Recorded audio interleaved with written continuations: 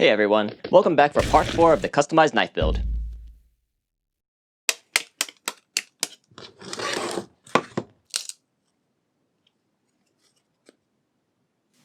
All the veneer looks like it's been centered, so this might be a success.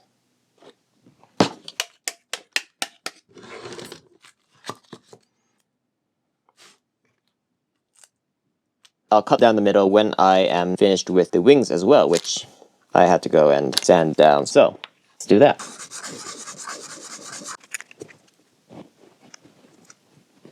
Okay. Let's get these glued up. Alright, and there they all are. Let's get to cutting them. These wooden chips, they remind me of falcon feathers.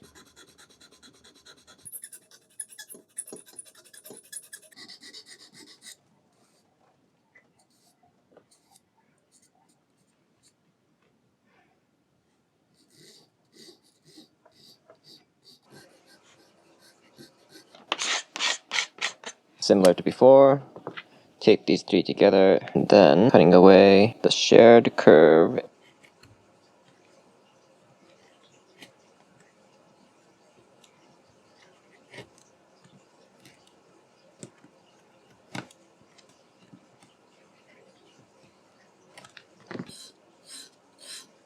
And to cut these out, which are single layer veneer, I really don't want them snapping, so back them with some masking tape.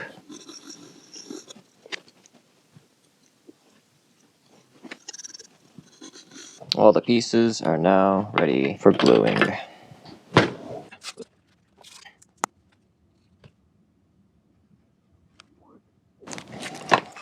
Now all we do is wait and pray. So I also need to start figuring out the beak now. Got this much hard maple here. Here's one of the knives that is not broken down, about 1/4 inch. So here I had a thought. 1/4 inch is a very common thickness for cuts of wood.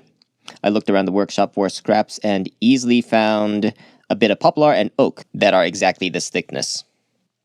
I chose to make the beak out of poplar, the biggest reason being that I am dreading the idea of fighting a hard piece of wood. But another is that the block of walnut I plan to use for the chickadee beak wouldn't be as hard as the oak or hard maple anyways.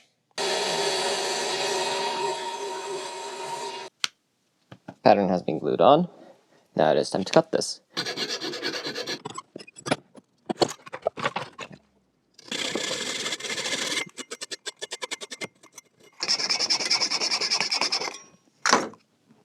I was not expecting that.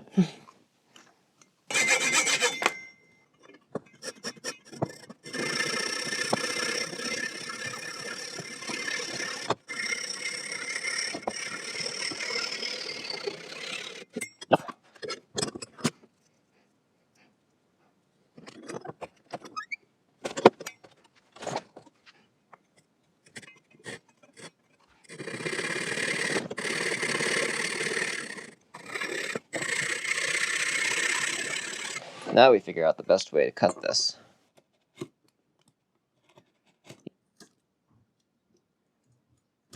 At least this inner cut.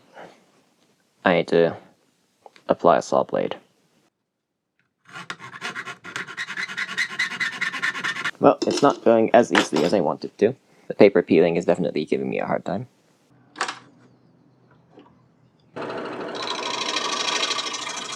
I mean, it's close enough. It's more than most of the way there. Time to file.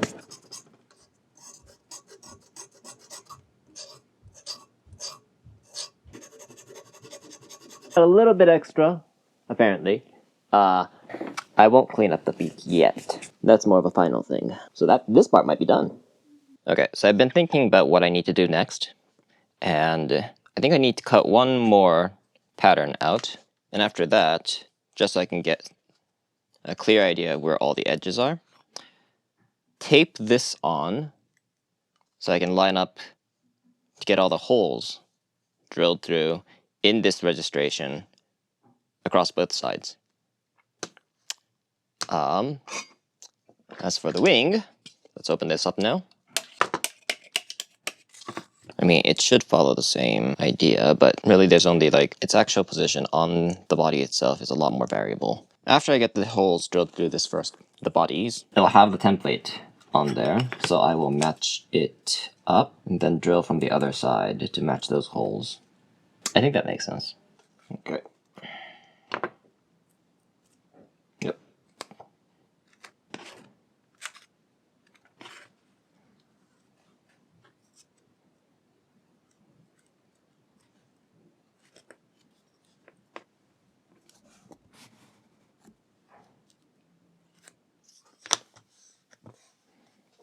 Good.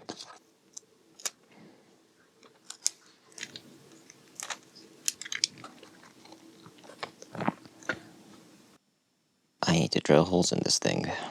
That's scary. Let's get some backing on this. Just to prevent any splintering.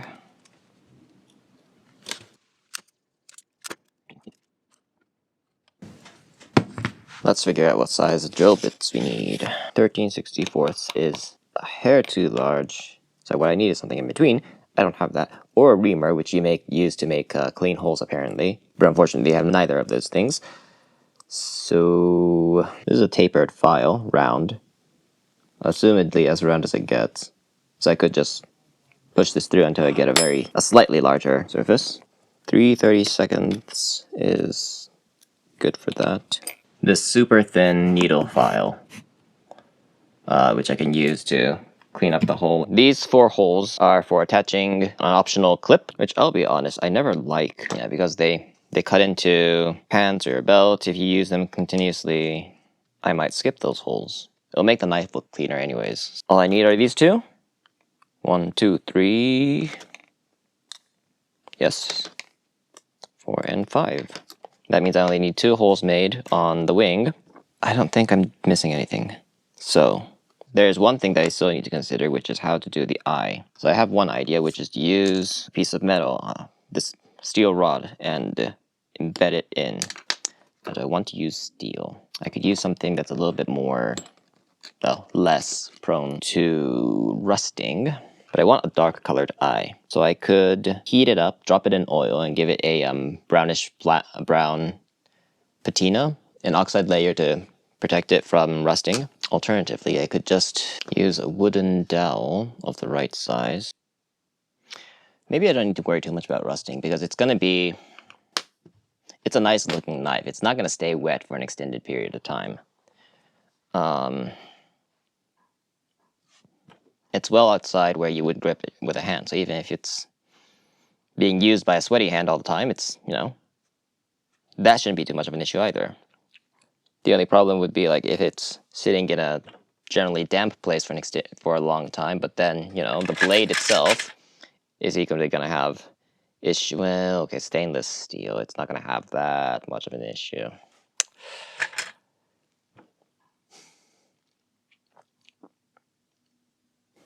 Let's try an experiment. I have this tiny piece, thin sliver of black veneer. I'm gonna cut a tiny square off and then stick it onto, oh, there you go. Fragmented, came apart. Slight modification, attach masking tape to it to prevent it from falling apart. Then cut it separate, then stick it onto the double stick tape, and then stick this onto the end of this rod. And then I take a file, and I carefully try, maybe super glue would have been smarter. And it's splintering and fragmenting.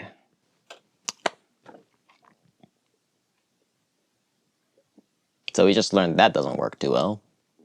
I also have these nails that are only slightly thicker than these rods. I want to test blackening these in oil. So see how this looks? I'll heat up to red hot, then dip it in oil, and that'll give it a nice blackish dark layer.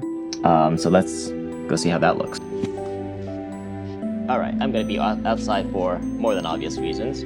Burner, my jar of oil. I am just using cheap canola oil from the store. Oh, I really shut this tight last time, didn't I? Sacrificial nail and something that is not gonna burn that I can set it on. Okay, Let's try this.